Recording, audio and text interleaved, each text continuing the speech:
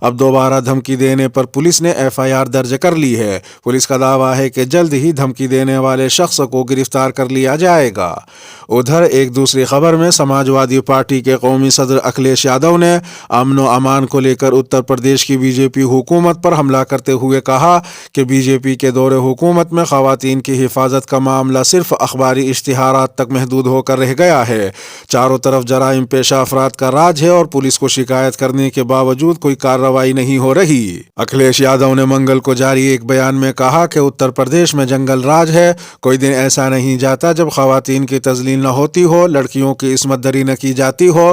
غیر سماجی عناصر کی وجہ سے کئی نوجوان لڑکیاں اپنی جانوں سے ہاتھ دھو بیٹھی ہیں اور نہ جانے کتنی طالبات اپنی پڑھائی سے محروم ہو گئی ہیں۔ ایک تیسری خبر میں نتیش کمار 2025 کے بہار اسمبلی انتخابات میں وزیر اعلیٰ عہدے کے دعوے دار نہیں ہوں گے۔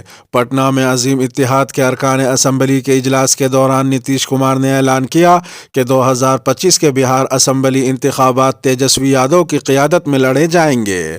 نتیش کمار نے مزید کہا کہ میرا مقصد وزیر اعلیٰ یا وزیر اعظم بننا نہیں ہے، بلکہ 2024 کے لوک سبھا انتخابات میں BJP کو شکست دینا ہے۔ ادھر ایک چوتھی خبر میں مدھیہ پردیش کے سابق وزیر اعلیٰ اور ریاستی کانگریس کے صدر کمل ناتھ نے کہا ہے کہ کانگریس کی حکومت بنتے ہی مدھیہ پردیش میں موجودہ BJP حکومت کے ذریعے بند کی گئی 100 روپے میں 100 یونٹ بجلی فراہم کرنے کی اسکیم کو بحال کر دیا جائے گا۔ اپنی ایک دوسری ٹویٹ میں انہوں نے کہا کہ کانگریس کی حکومت بنتے ہی کسانوں کے قرض معاف کر دیے جائیں گے۔ اس کے علاوہ کمل ناتھ نے یہ بھی کہا کہ مدھیہ پردیش میں کانگریس کی حکومت بننے کے بعد پرانی پینشن اسکیم کو بھی لاگو کر دیا جائے گا۔